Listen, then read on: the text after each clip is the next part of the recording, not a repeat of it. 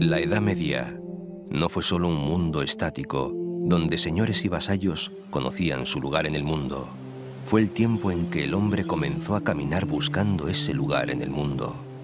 El camino podía llevar toda la vida de un hombre y podía acabar con la vida de un hombre. Se podían encontrar la paz o la espada, la tumba o un tesoro invisible.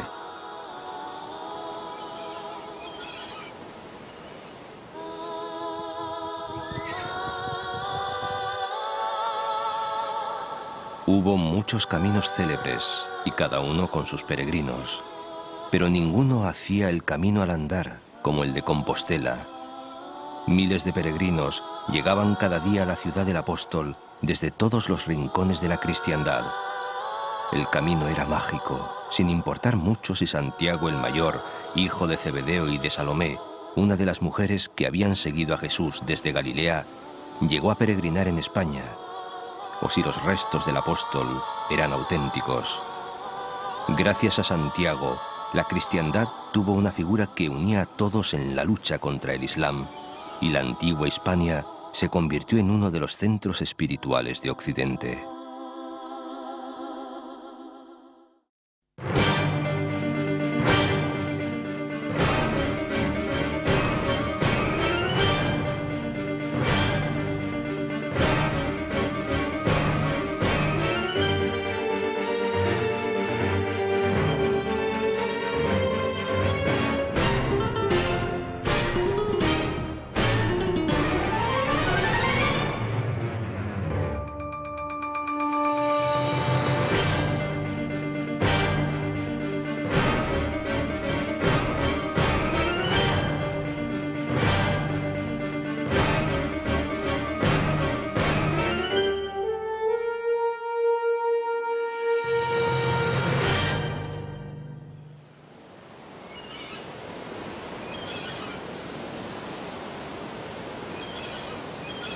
Vamos al lado del mar, por una costa hermosa y tentadora. Acantilados esculpidos por la fuerza sobrenatural de las olas. Playas solitarias, rías donde los animales y las plantas todavía se maravillan de la vida.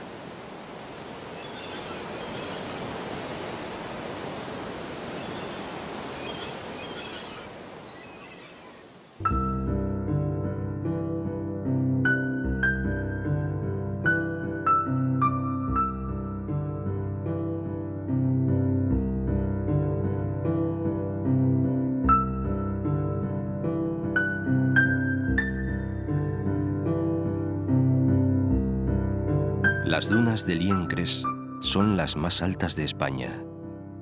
En su parque natural, entre la ría de Mogro, la desembocadura del Pas y el mar, se encuentra el sistema más importante y extenso del litoral cantábrico.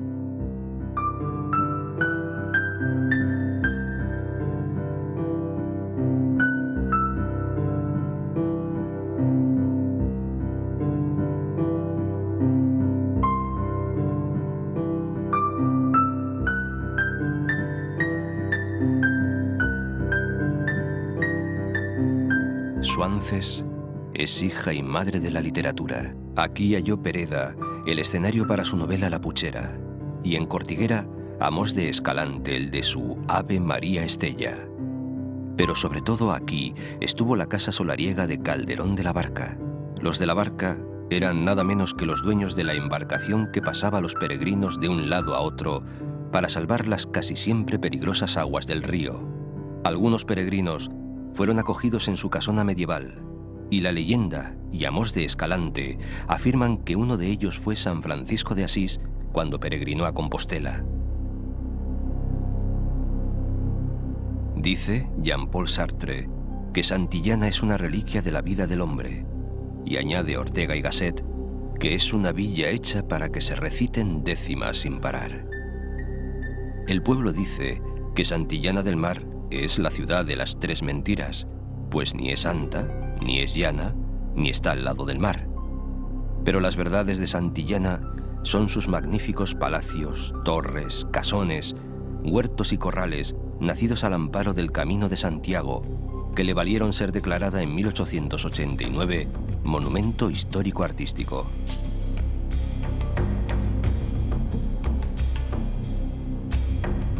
A los peregrinos del siglo X que la visitan por vez primera, según los libros de regla del monasterio, les seguirán a mediados del siglo XIX los peregrinos de la alta sociedad madrileña que veranean aquí, restaurando sus magníficos palacios, y hoy en día peregrinos de todas las partes del mundo en busca de este poema en piedra. Mentiras, verdades y prodigios que comenzaron cuando durante la Reconquista y tras la repoblación de Alfonso VIII, un grupo de monjes procedentes de Asia Menor fundó un pequeño cenobio para custodiar las reliquias de una santa llamada Juliana, que había sido martirizada en aquellas tierras durante las persecuciones de Diocleciano. A la villa que creció en torno al templo se le llama Santa Illana Venida del Mar, que luego sería Santillana del Mar. Parada, hogar y milagro en el corazón del peregrino. Y a 2 kilómetros escasos de Santillana, una de las maravillas no solo del camino, sino de la humanidad. La cueva de Altamira, el yacimiento prehistórico más importante del mundo. Aquí pintó el primer artista de la historia, y sin duda uno de los más grandes. Dicen que Picasso, al ver las pinturas, exclamó: después de esto, todo es decadencia. Contemplando los bisontes de hace 12.000 años y los caballos de más de 15.000, se siente el orgullo de ser hombres, de pertenecer a la especie humana, a la cadena inmensa de generaciones que soportaron tantos peligrosos inviernos para llegar hasta aquí.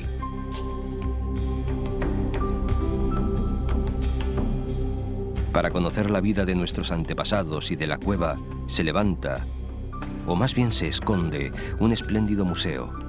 Dicen los que saben que el más importante del mundo, dedicado a la prehistoria.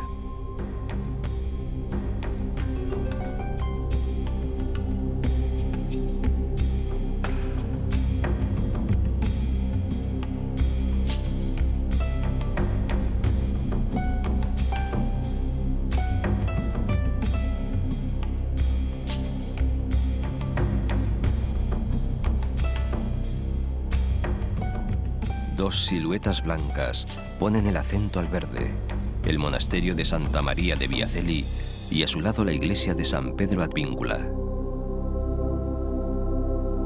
En Cóbreces, el monasterio es fruto del testamento del último miembro de la familia de los Quirós. Aquí, los religiosos trapenses, originarios de Francia, se dedicaron a la enseñanza de las técnicas agrícolas.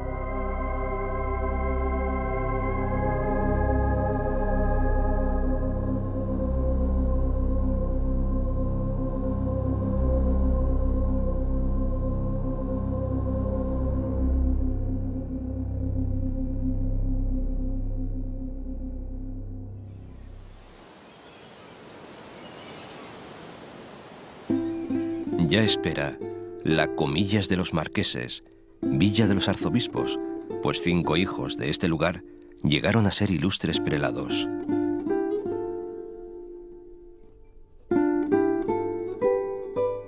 Atraídos por sus hermosas playas, a finales del siglo XIX, Alfonso XII y su corte eligieron Comillas como lugar de veraneo y la villa monumental, noble y aristocrática, deslumbró al mundo por un tiempo.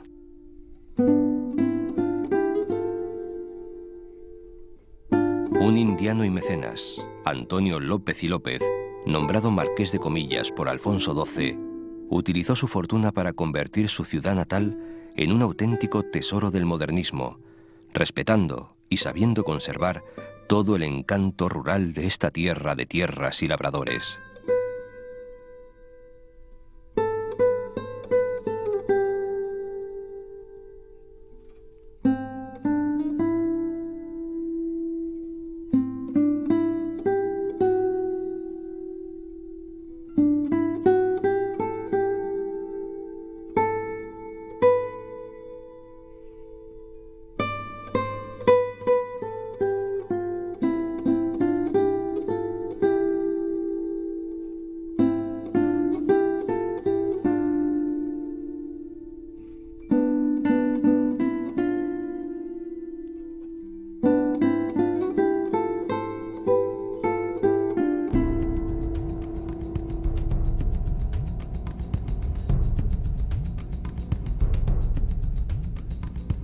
por las marismas de Ollambre, la costa guarda el secreto de rías, dunas, bosques, praderías, marismas y playas.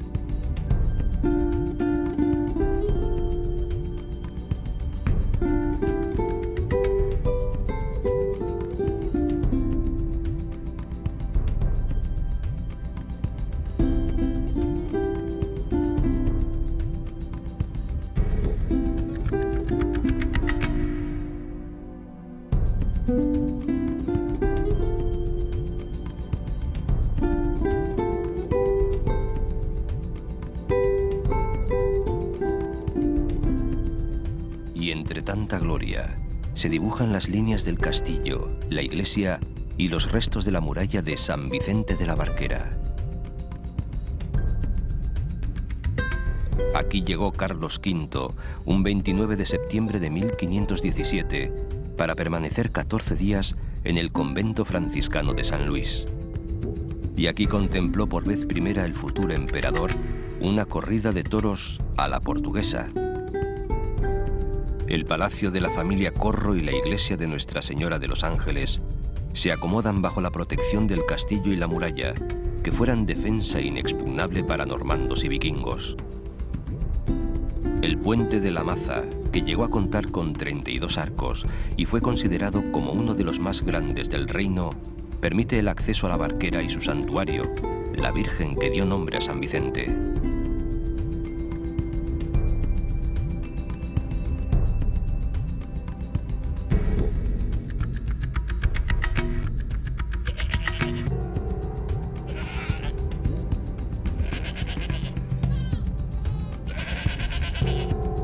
Baja el río Deva de los nada lejanos picos de Europa. Y al desembocar, le llaman Tina Mayor, por convertirse en ría. En este lugar se unen y se separan las Asturias de Santillana y las Asturias de Oviedo, hoy en día, Asturias y Cantabria.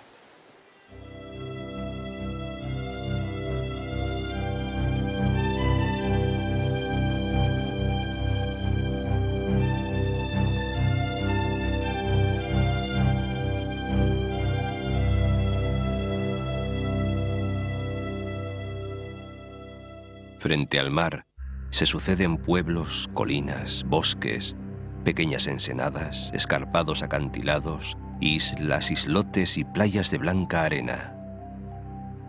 Así hasta llegar a Llanes, que conserva murallas, hermosos palacios, capillas y documentos que hablan de incursiones vikingas, y sobre todo se conserva a sí mismo en el corazón del caminante desde que ve el Santo Cristo del Camino.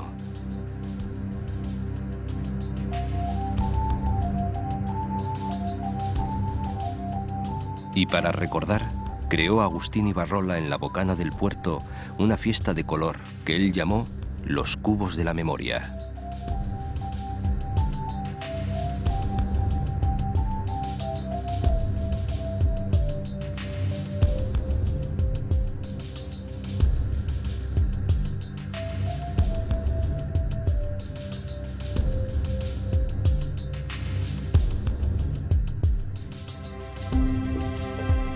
Para algunos, el más bello paseo marítimo del mundo no está pavimentado de mármol, sino de la hierba verde del Paseo de San Pedro en Llanes.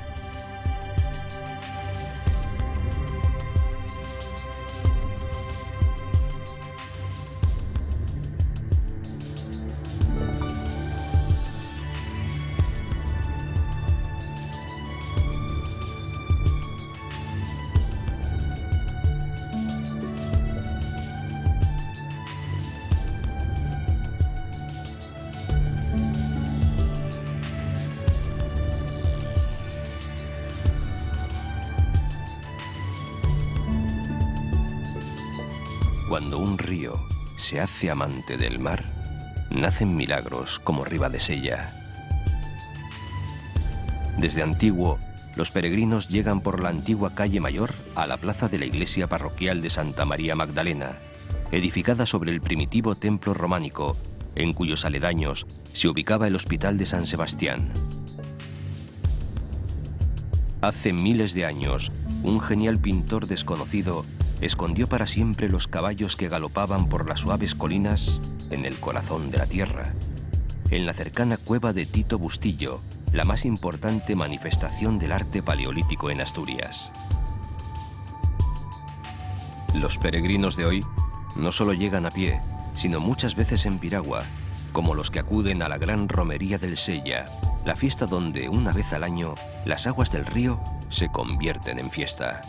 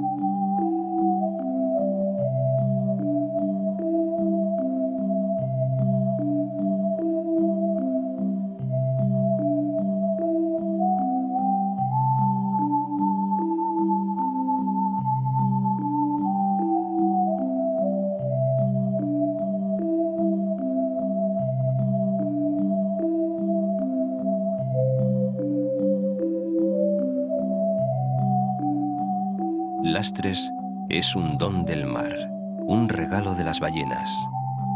Con la grasa de estos cetáceos se percibió la belleza de las casas asomadas peligrosamente a las olas y se alimentó la lámpara de la Catedral de Oviedo.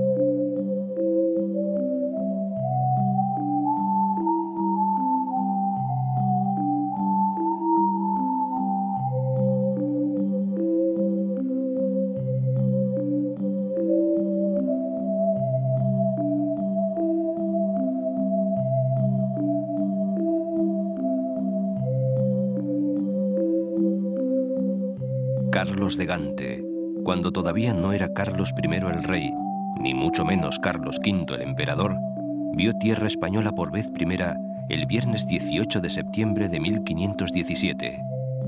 El desembarco fue un día más tarde, probablemente en Puente Huetes, en Villaviciosa. Villaviciosa se jacta, sí, con razones, de ser el punto de partida de un viaje que ganó un imperio. La verdad es que nunca se había acercado por aquellos parajes una flota de tal apariencia y riqueza.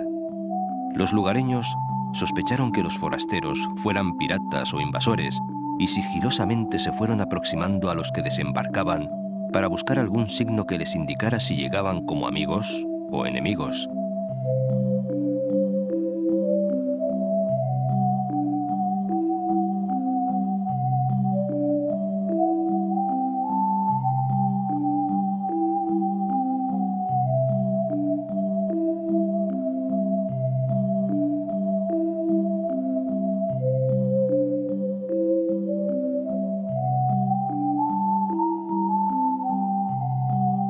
Pero la gloria mayor de la viciosa villa es un líquido mítico y dorado, el agrio vino de las manzanas, el hidromiel de los dioses asturianos. Por las venas de Asturias corren mineral y sidra. En el rincón más remoto, una fiesta has de encontrar. No te faltará la sidra, tampoco con quién bailar. Algunos opinan que el histórico desembarco tuvo lugar en Tazones, aunque, como escribe el profesor Juan Uría, lo que desde luego podemos afirmar sin duda alguna es que si no fue este pequeño pueblo de pescadores el primer pueblo español en el que don Carlos puso los pies, puede en cambio jactarse de haber sido el primero en el que puso los ojos. Y a fe que merece la pena posar los ojos en las bellezas agrestes de Tazones.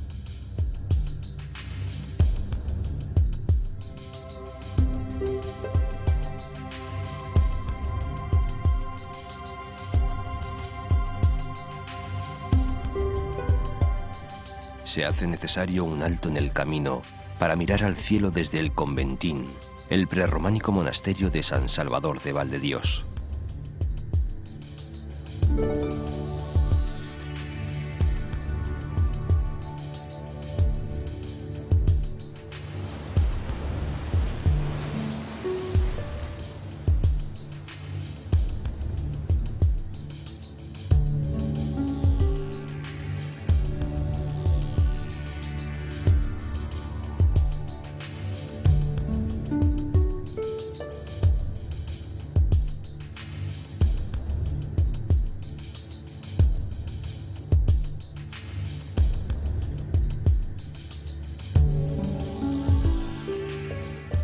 la mina de la Camocha dicen que va bajo el mar. Por eso los pescadores oyen el grisú explotar. Y es que, como dice la canción de José León del Estal, el Gijón de hoy es fruto de los amores del carbón y el mar. Igual que reparte su corazón entre el puerto del Musel y la playa de San Lorenzo, entre el barrio pesquero de Cimadevilla y el aristocrático viaje al glamour de Somió. El Musel satisfizo el ansia de los ilustrados de un puerto carguero que brindara la posibilidad a Asturias de exportar a gran escala su carbón y su producción industrial.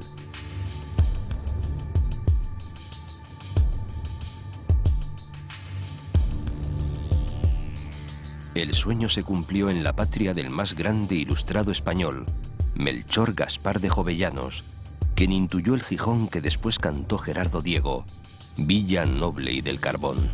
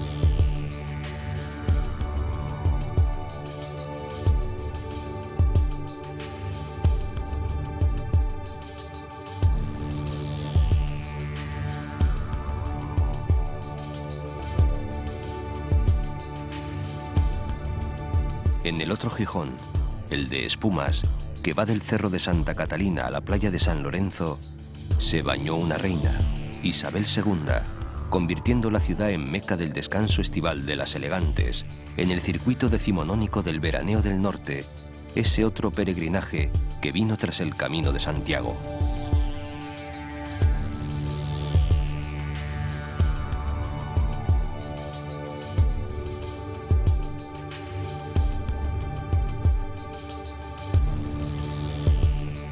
El hombre le ha hecho un regalo al mar y a sí mismo en el elogio del horizonte de Chillida, la puerta mística para entrar al Gijón de los siglos.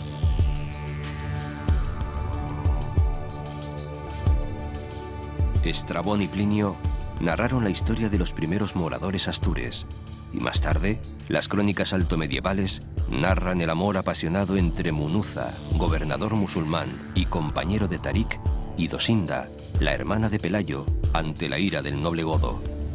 A partir de aquellos amores, la reconquista, además de razones de Estado, escondió razones más íntimas.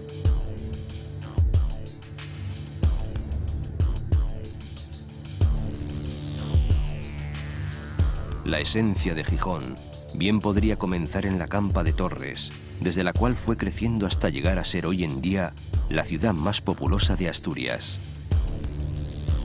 Una ciudad transparente donde se descubren las huellas de sus moradores. Pescadores, cigarreras, artesanos, mineros, trabajadores llegados de acá y de allá.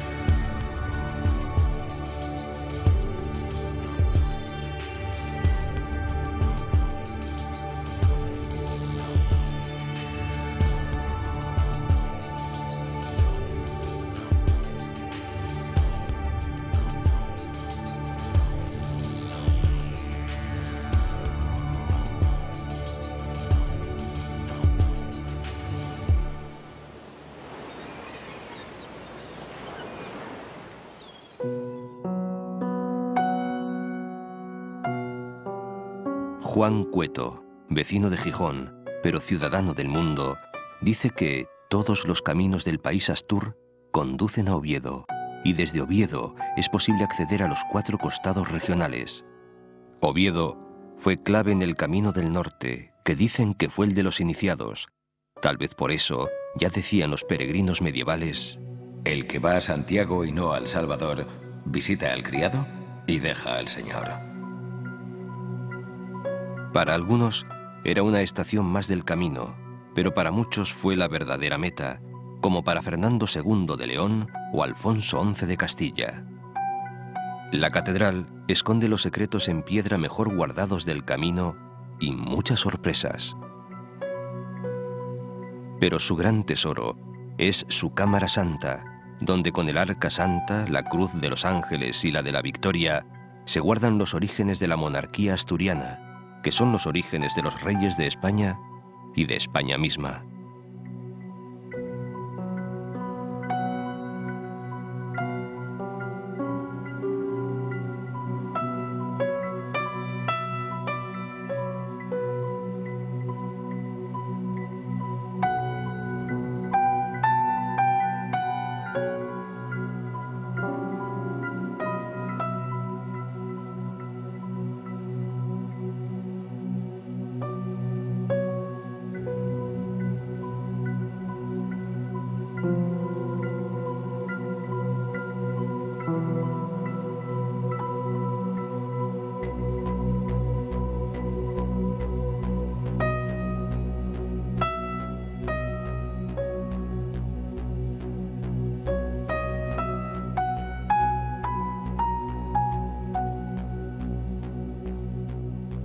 La ciudad de la Regenta tiene mucho que ver y mucho de qué presumir. Por supuesto, de historia y de literatura, de revueltas y alguna vez de revoluciones, de universidad, de parques, de teatro, de ópera y catedral literaria, de tertulia de café, donde se arregla el mundo y a veces el universo, y sobre todo, de los premios Príncipe de Asturias, que cada año acercan a la capital de los Astures la flor innata de la ciencia, la literatura y el pensamiento.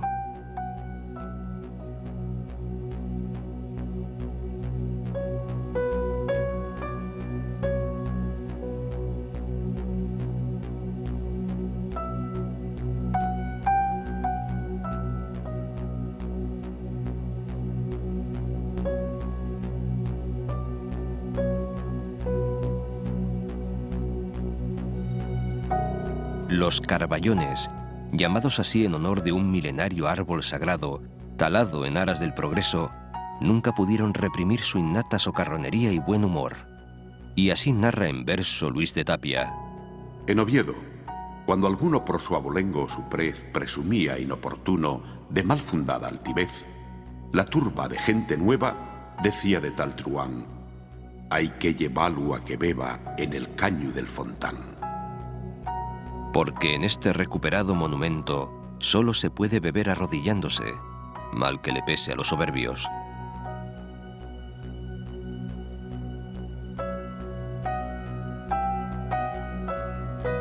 Liberada del telescopio inquisidor del magistral, la ciudad disfruta de la belleza del fantasma de Ana Ozores y de la suya propia. El escenario de la mejor novela española del siglo XIX es hoy un laberinto de deleites entre palacios, mansiones, conventos donde monjas de voz clara cantan a lo que no ven. Calles de ayer, avenidas de hoy, sueños de mañana. En la parte baja del Oviedín del alma del cronista oficial Manolo Abello está la iglesia de Santullano de los Prados, la obra cumbre del reinado de Alfonso II, del que se dice que llevó una vida llena de gloria, casta, púdica, sobria e inmaculada. Aunque los escépticos, que nunca faltan por aquí, al escuchar estas palabras añaden que debió ser algo aburrida.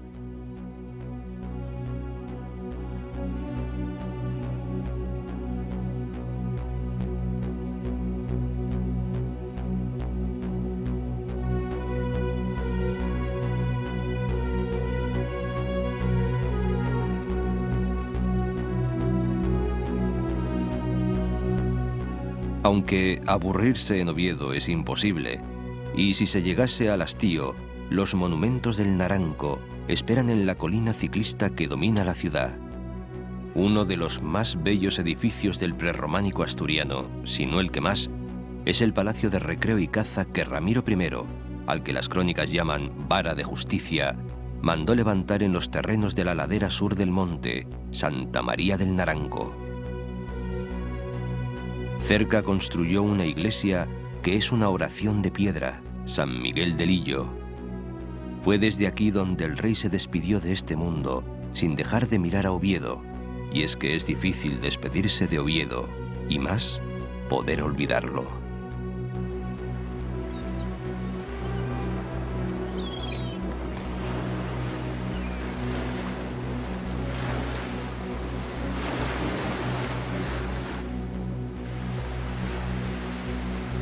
Sigue la ruta de la costa a través de Candás y Luanco.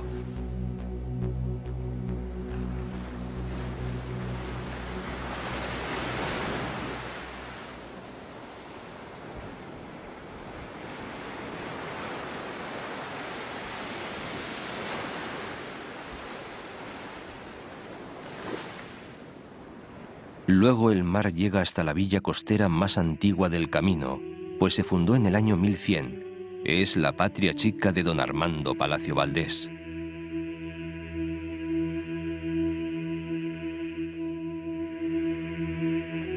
Al llegar a Avilés, el peregrino podía reponer fuerzas en el antiguo hospital de la calle Rivero. No importa si había llegado por tierra o por mar, como llegaban muchos que a veces se quedaban. No en vano en el puerto de Avilés finalizaban las singaduras de muchos barcos peregrinos en unos tiempos en los que la ruta más segura y más rápida eran las autopistas del mar. De Avilés se ha partido para intentar conquistar el mundo, y alguno lo consiguió, como Pedro Menéndez Valdés, el adelantado, que si no conquistó el mundo, sí una parte, la Florida, donde fundó la ciudad de San Agustín. Otros avilesinos conquistaron el mundo de otras maneras, como Juan Carreño de Miranda, pintor de cámara de Carlos II, que retrató como nadie la vida en la corte del rey hechizado. Hay un Avilés de ría y mar y un Avilés imaginario donde vivieron las Marta y María de Palacio Valdés. Las dos mujeres amigas de Cristo simbolizaron el carácter dual avilesino. Una de ellas representa el Avilés del pasado, dormido en sus callecitas y sus plazas recoletas, el viejo Avilés, el de los entrañables e históricos barrios de Sabugo y Galiana. La otra, la realista, representa el Avilés moderno e industrial. Hubo todavía otro Avilés inédito, el Avilés ballenero. Y cuentan que en el exterior de la iglesia vieja de Sabugo, Santo Tomás, del siglo XII, se celebraba la reunión llamada Mesa de Mareantes para trazar los planes de pesca.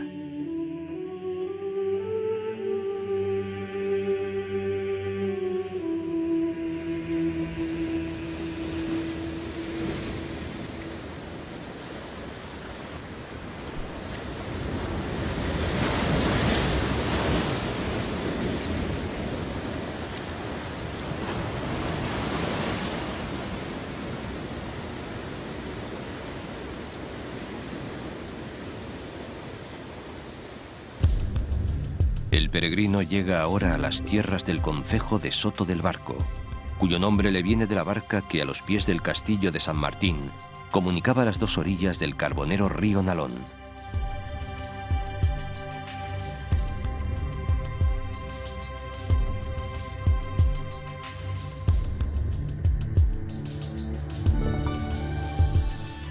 Nadie sabe dónde habitan las hadas, pero las shanas, las bellísimas mujeres de agua que pueblan Asturias, prefieren sin duda las sendas del litoral. Ellas acompañaban, quizá invisibles y paganas, al peregrino, que sentía en su compañía emociones extrañas al caminar.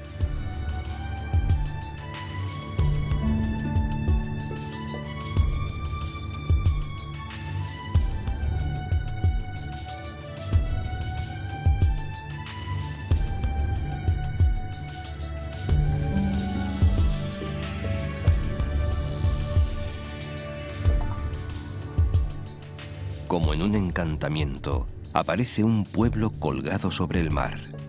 Es Cudillero, el pueblo más pesquero de Asturias. Cuentan muchas cosas de su nombre, pero no todos están de acuerdo, porque aquí pocos están de acuerdo con nada, pues para eso tienen los pisuetos encanto y carácter que derrochar y personalidad para capear todos los temporales.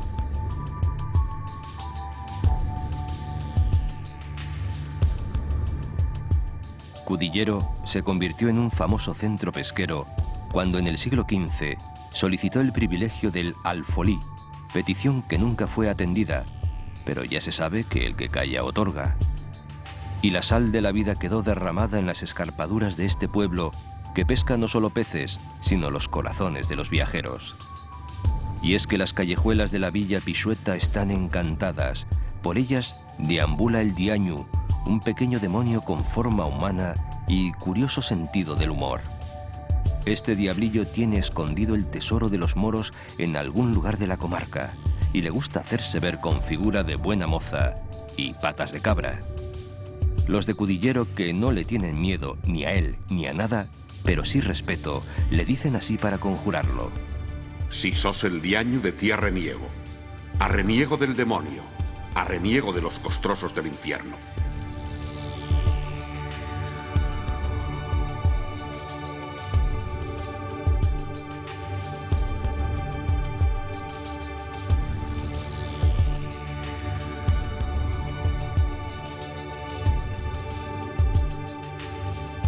Pueblo de marineros, su solitario y romántico faro vio cómo sus hombres partieron tantas veces, sin miedo, para el cerco de Gibraltar, las campañas de conquista de Sevilla o la Florida, o rumbo a lejanos mares y tierras.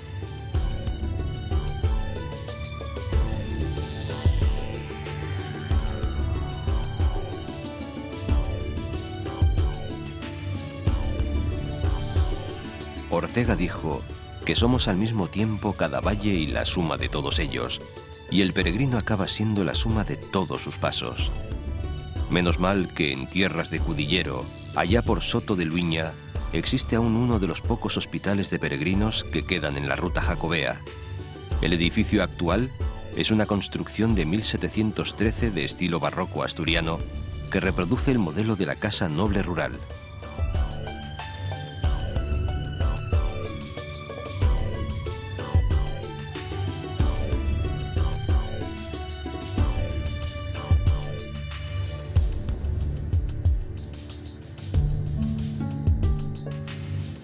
El Cabo Vidio es un privilegiado mirador que se eleva a 100 metros por encima del mar. El viento golpea aquí con furia en los días de tormenta.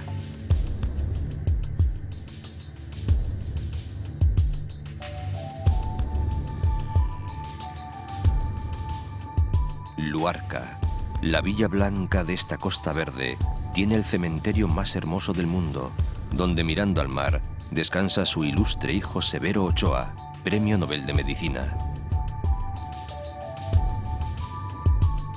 Luarca no se doblegó nunca, soportó los ataques de los vikingos y de los ingleses, y sus marineros y pescadores surcaron los fríos mares del norte hasta Irlanda, hasta Terranova y Flandes, en busca del bonito, la merluza y la ballena. El río Negro, como un cuchillo de agua, parte la villa en dos. Hay 7 puentes para cruzar de una a otra parte.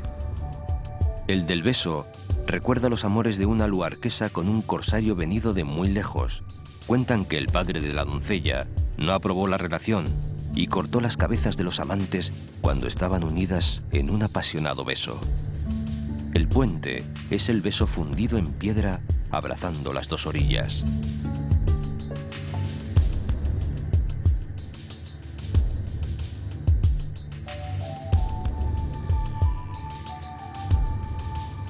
Navia es de Asturias la región más bella, aun siendo Asturias lo mejor de España. Eso dijo don Ramón de Campoamor, que por supuesto era de Navia. Navia recibe su nombre de la diosa de las aguas prerromana Niega, y en su iglesia de Nuestra Señora de las Barcas se venera una virgen que se apareció en alta mar, salvando a unos asustados pescadores de una terrible tempestad. ¿Tendría la virgen algo que ver con la diosa?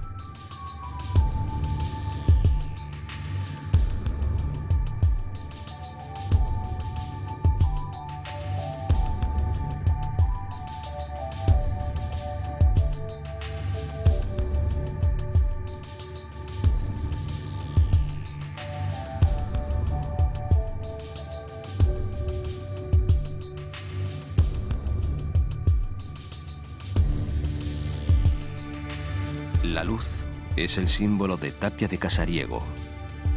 Buscándola llegan hasta aquí cada año miles de turistas tras la sombra de su faro y la belleza de sus playas.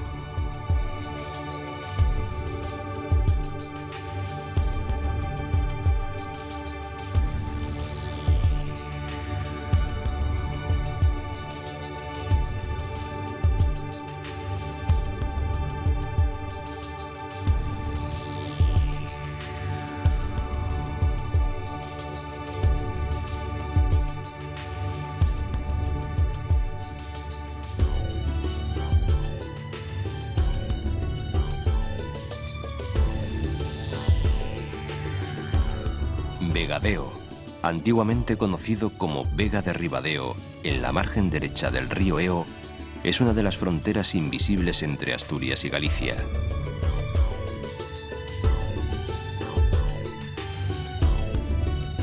Se llega al puente del Fornacho por el Camino Real de Bustelo y se atraviesa como un Rubicón el río Eo, mientras Santiago de Abres dice que ya no se puede volver atrás y que ya no somos los mismos.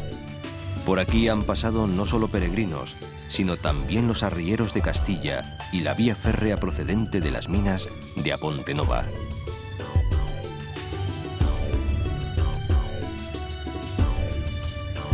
Castropol es, en palabras de la escritora Ángeles Caso, callejas empedradas, ventanas cuyos visillos la esposa de un marino consumió los años bordando en soledad, parques de novela decimonónica, bajo cuyos plátanos jugaron niños de blanco y azul, casonas de antiguos señores, donde se consumaron amores y desamores.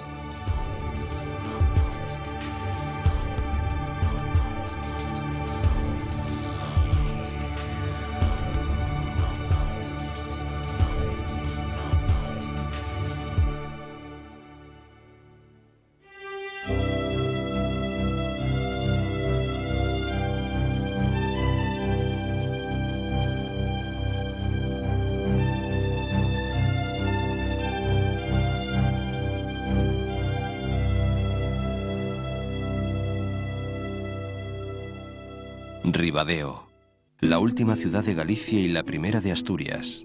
O al revés, porque en la raya de los celtas a veces la niebla y la belleza confunden las fronteras.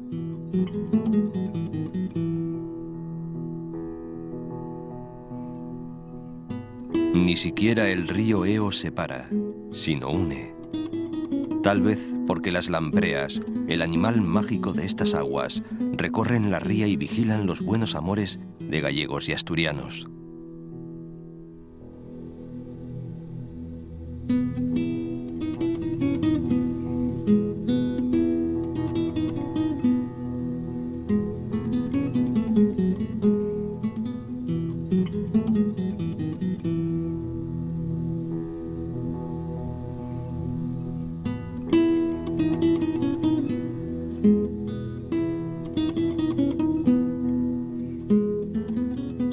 Rebaño de sombras y de vientos oponía la tierra a las estrellas. Así comienza un poema de Álvaro Cunqueiro, dedicado a Vilanova de Lourenzá. En su iglesia se guarda el marmóreo sepulcro paleocristiano de Osario Gutiérrez, conocido como el Conde Santo. La iglesia forma un todo con el monasterio del Salvador.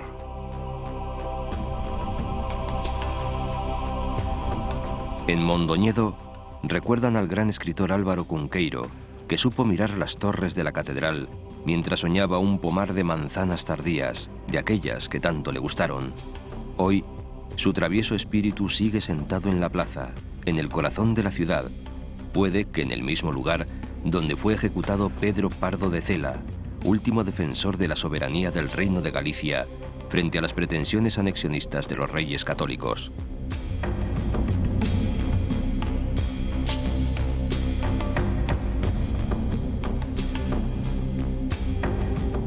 La villa, desde el principio, se forjó sobre mitos como el del obispo Maeloc.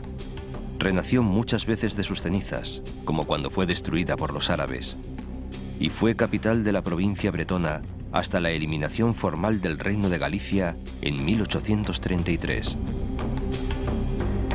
Tuvo murallas defensivas con 6 puertas y una catedral de hermosa fachada rosácea, que no se eleva sobre la plaza, por lo que se dijo que era una catedral arrodillada.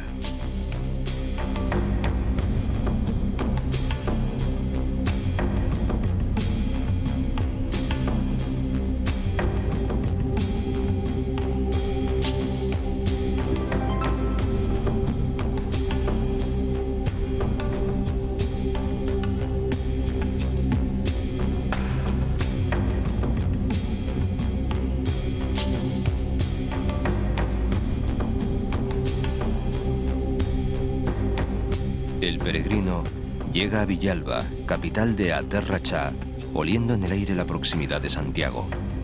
Fundada por los romanos en un cruce de caminos, su historia es también la de Fernán Pérez de Andrade el Bueno, promotor del puente que le da origen.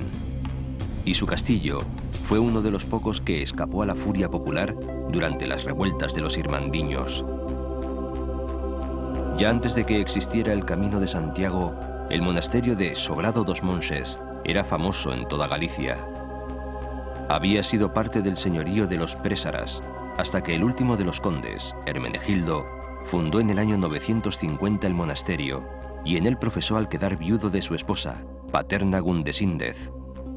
Desde entonces fue uno de los monasterios más ricos al heredar los bienes del condado.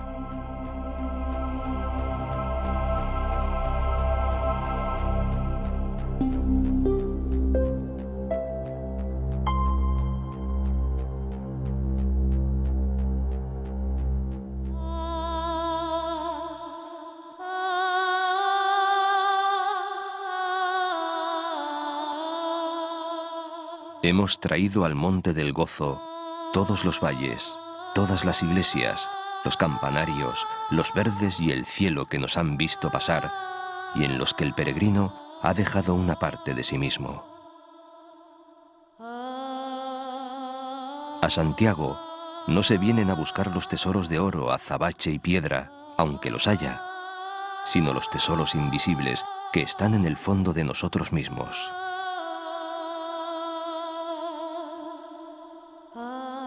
El gozo de llegar se mezcla con la pena de haber llegado. Santiago de Compostela. Y ahora, como dice Torrente Ballester, en Compostela y su ángel, se está preparado para recibir Santiago como un regalo de las hadas, si se cree en ellas. No lo olvidéis, solo quienes conserven el poder de asombrarse entren en la ciudad. Por el camino del asombro recibirán en sus ojos la revelación que Dios quiere enviarnos y que las piedras y los nombres proclaman claramente al que tenga ojos y sepa ver, al que oídos tenga y no los haya cerrado. Santiago, donde la lluvia es arte, es el ombligo del universo del peregrino. Aquí confluyen todas las mareas del tiempo y de la historia, desde aquel día del año 813 en que lo descubriera el pastor Pelayo. Decía Salvador García Bolaño: Compostela é unha rúa longa na memoria onde vagan os nomes e as horas que cada quen recorda. Santiago empezó a cambiar el mundo y sus propias calles. Paseando por sus plazas, se oyen los pasos de todos los que pasaron antes que nosotros y de los que pasarán. Paseando por sus rúas, que son las venas de luz y ribeiro que bombean calor al alma de Santiago, se siente el mismo deseo de tantos peregrinos anteriores: quedarse aquí para siempre.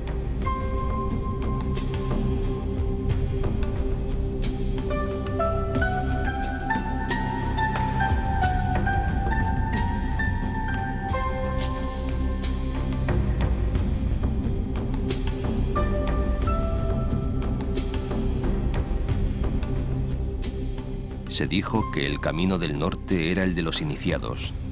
Tal vez sea verdad, pero al final ni el camino es igual, ni nosotros somos ya iguales. Puede que hayamos encontrado el norte y que las catedrales de hierba y mar nos recorran por dentro.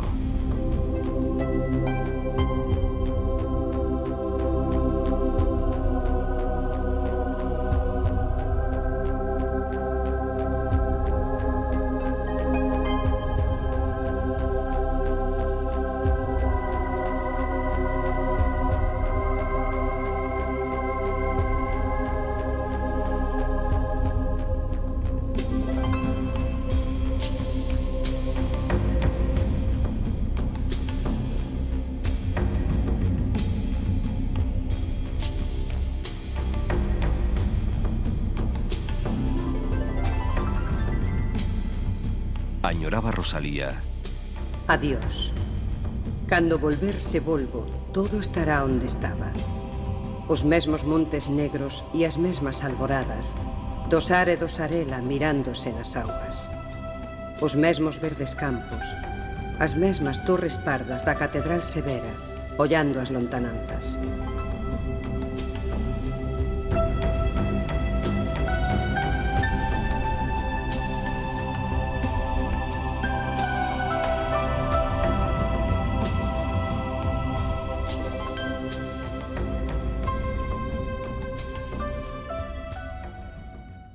Yo voy soñando caminos de la tarde, las colinas doradas, los verdes pinos y las encinas, ¿a dónde el camino irá? ¿A dónde el camino irá? Yo voy cantando viajero a lo largo del sendero. La tarde cayendo está. La tarde cayendo está.